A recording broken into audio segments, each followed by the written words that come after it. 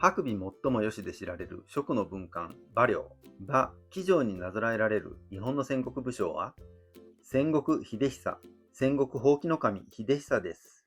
こんにちは。尾張在住の風況人、筆案フラフラ祭です。このチャンネルでは、江戸時代後期の書籍、英傑三国志伝を紹介しています。これは、絵本体後期と通俗三国志を比較した書籍です。さて今回は、豊臣秀吉の家臣として知られる戦国秀久が、蜀の文官、馬良になぞらえられているというお話です。戦国秀久、通称は権兵衛、美濃の土豪の四男として生まれました。まずはいくつか戦国秀久のエピソードをご紹介しましょう。戦国秀久は、九州平定の折には秀吉の軍を率いて薩摩の島津軍と戦いました。なお、左下は島津軍の大将だった島津家久風の絵を AI に描いてもらいました。両軍は辺木川、現在の大分県の大野川で対峙します。戦国秀久は秀吉の命に背いて強引に川を渡って攻撃しますが、見事に大敗してしまいます。そのため秀吉の逆鱗に触れ、領地も何もかも没収されてしまいます。とはいえこの権兵衛殿、その後の小田原攻めで立派に挽回、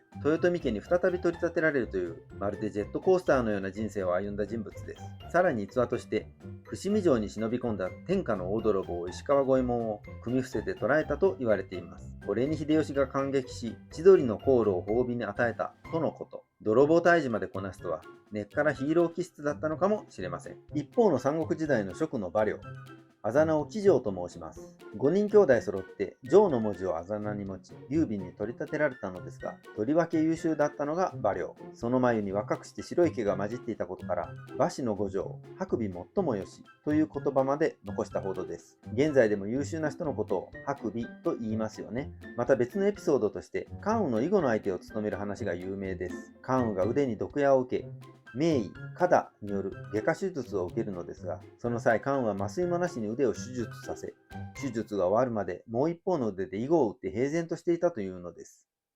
この際に関羽の囲碁の相手をしていたのが馬良なのです。馬良は劉備の呉征伐である医療の戦いにも従軍しました。三国志演義においてはその戦略眼を持って劉備を諌めるのですが、残念ながら劉備に聞き入れてもらえず、馬良は事態を諸葛亮に報告するために急ぎ蜀へ戻ります。しかし間に合わず、劉備は陸遜の家系に敗れ、白帝城に逃げ延びるのでした。ともかく優秀で冷静なイメージの文官が馬良なのです。さて、作者周宗庵はこの2人をなぜ結びつけたのでしょうか。戦国秀久のように失敗しながらも這い上がるドラマチックな人物と、馬良のように白尾と称されるような冷静な役人肌の人物と、正直言えば武功や立場だけでは共通点は薄いように思われます。ここで注目すべきは、2人とも四男同士であったこと。これが今回のなぞらえのヒントであろうと推察いたします。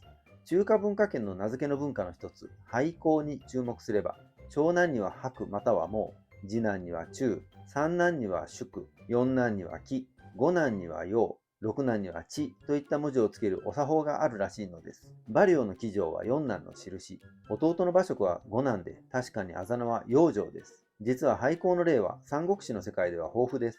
呉の孫家の兄弟、孫作と孫権は、あざ名がそれぞれ白符と中坊で、確かに長男に白が、次男に中が使われています。芝居の兄弟では、長男の芝郎は白達、次男の芝居は中達、そして三男の芝生は宿達です。さらには東卓は中英、理学は知念などと、俳講の知識を知ってから見直すと、まるで兄弟名簿を眺めているようで、思わずにやりとしてしまいます。